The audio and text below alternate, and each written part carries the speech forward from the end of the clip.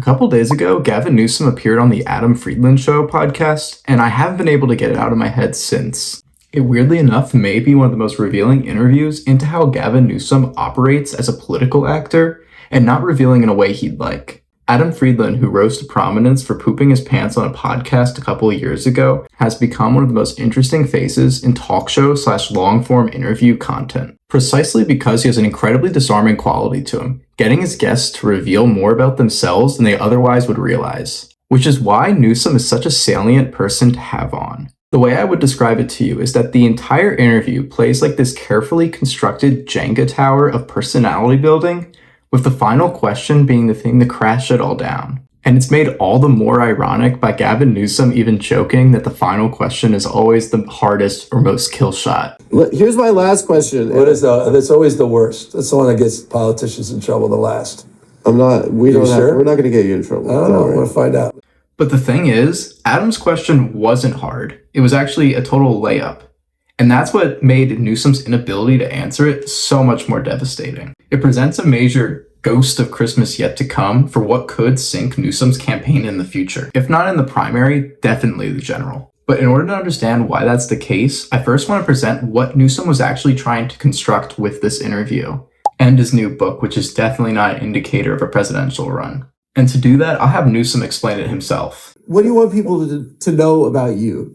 What do you think the message is? Well, then I'm not this politician. I mean, this is about me. Well, you are a politician. I know, but the political side, it's that I'm a work in progress. I'm human. I make mistakes. I'm not trying to be something I'm not. I'm trying to actually express that I tried to be someone I was not. And I walked through that. I put a mask on and I tried to be, try to strike a pose, tried to be what people expected me to be. And I didn't, made mistakes. I didn't feel good about myself, insecurities, anxieties. And so I scrutinized all that, man. Basically, he's trying to come off as more relatable. The kind of guy you'd want to have a beer with, dine at an Applebee's with, or go on a 3-hour podcast with. Now, if I had to proffer a guess, I would say that he probably had some sort of political consultant tell him that his image is being pulled as liberal, West Coast, educated elite, and that this whole circuit he's going on is an attempt to course correct that narrative and try and shift his brand perception.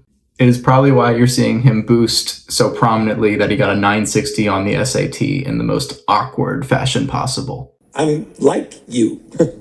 I'm no better than you. I'm a 960 SAT guy. He also seems to be test audiencing this narrative that he was a loser in high school. You were a suit kid to school. I was a dork. I told you. My sister said that. She was very. I was trying to be like Remington.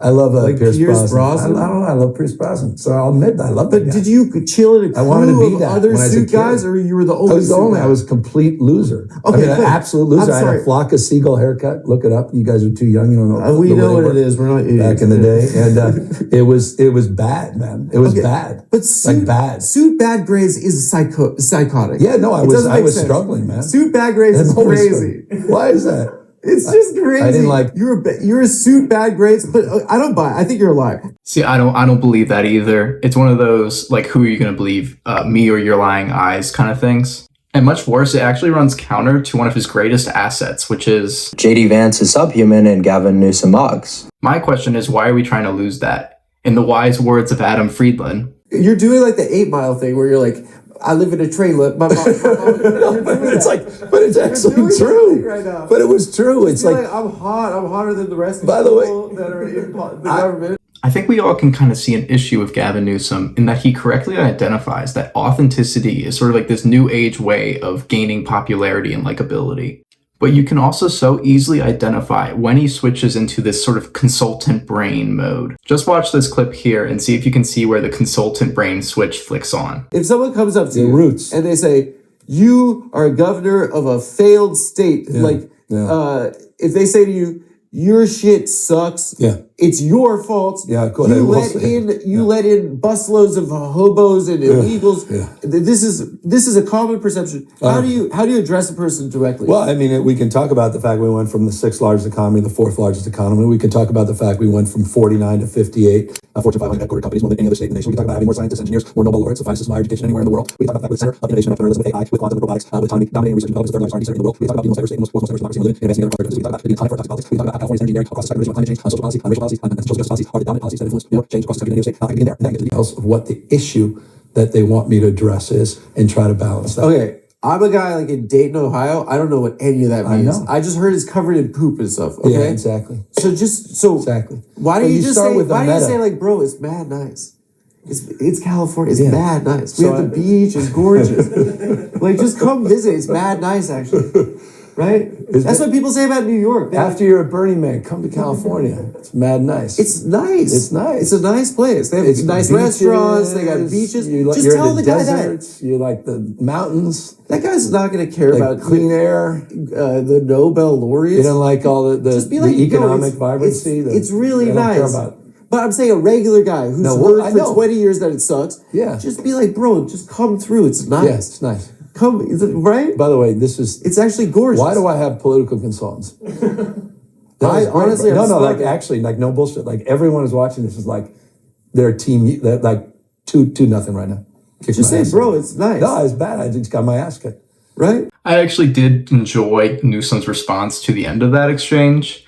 I think if anything, it shows there could be potential to improve and grow, and that he's at least thinking about like improving a messaging concept. And it indicates a willingness to learn and adapt in communication style. But everything he's constructed ends up being mute in the final exchange, which is when Adam asks, I think you talk about like Bernie Sanders is Medicare for all. You know, what's that? What is your defined political project? Like throughout your career and like right now? Like what is the thing you want to accomplish like politically? I don't have in your life. I don't have like a brand. I don't have a tag, Make America Great, or the Great Society, or something like Medicare for all the billionaires. But but for me, no bullshit. It's just standing up for ideals, striking out against injustice. It defines my why. So we have standing up for ideals, striking out against injustice. That's really vague, right? What ideals? What injustice? Like, what are you fighting for? I'm into that whole 60s, the vernacular of the 60s, solving for ignorance and poverty and disease, and the spirit of the 60s, and the spirit of King, and and how the nonviolent movement, and Gandhi, and Havel, and Mandela, that moral authority, that whole space, that's the zeitgeist. Yeah, and that's me, that's my dad, that's my mom, that's the book. And that's my why. And so standing up for ideals is what Gay Merge. It was about work I'm doing right now to sort of push back, and, we can lose this country. And just feeling like I have to be held to account and strike out against the injustices of the day. So he lists all these revolutionary figures that are inspirations to him. But do you know what they all had in common? They had vision, a thing they were advocating for. You can't just slot yourself into that continuum as wanting to embody them when you embody nothing yourself. And to make matters worse, Adam even gives him a second shot to answer this question. So if you had to define it, like, vote I need for your me help to define and you get you tell X. me. You're better at this. I don't know. I don't know who you. I just gave you my why, but how do you translate that into human? What? What was my reaction to? and then Adam gives him a third shot. So if you say, like, make an appeal to a voter, right?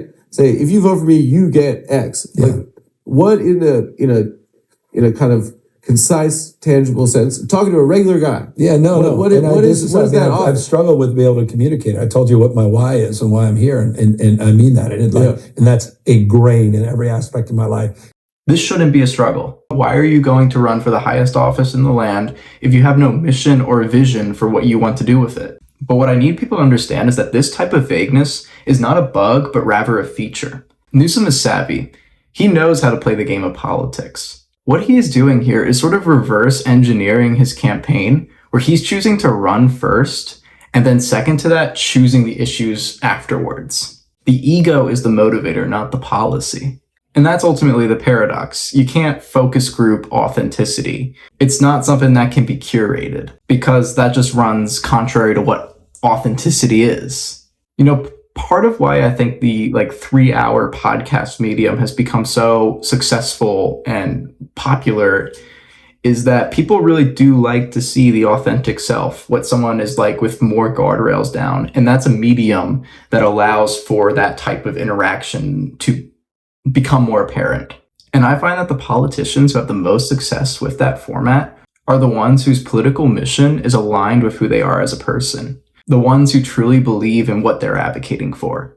But what are we supposed to make of a person who has an ever-shifting brand and, more importantly, ever-changing political aims based upon the ever-churning tide of public consensus and what is deemed to accrue the most political points for them?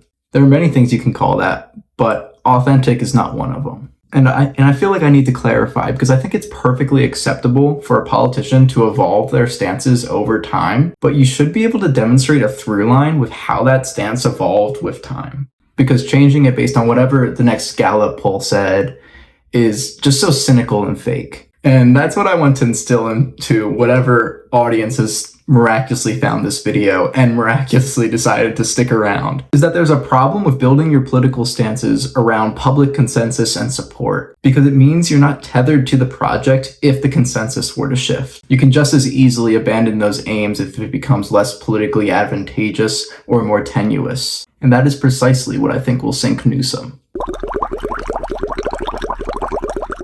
Wow, if you stuck around to the end, thank you so much. This is my first video on this channel, so I'm sorry for how rough it probably is, but if you liked what I had to say, you should maybe consider subscribing, because I plan to do more and hopefully get better with them. I know I probably was more stilted than I wanted to be. It's hard to talk to a camera. It's really hard. But if you liked it, yeah, thank you.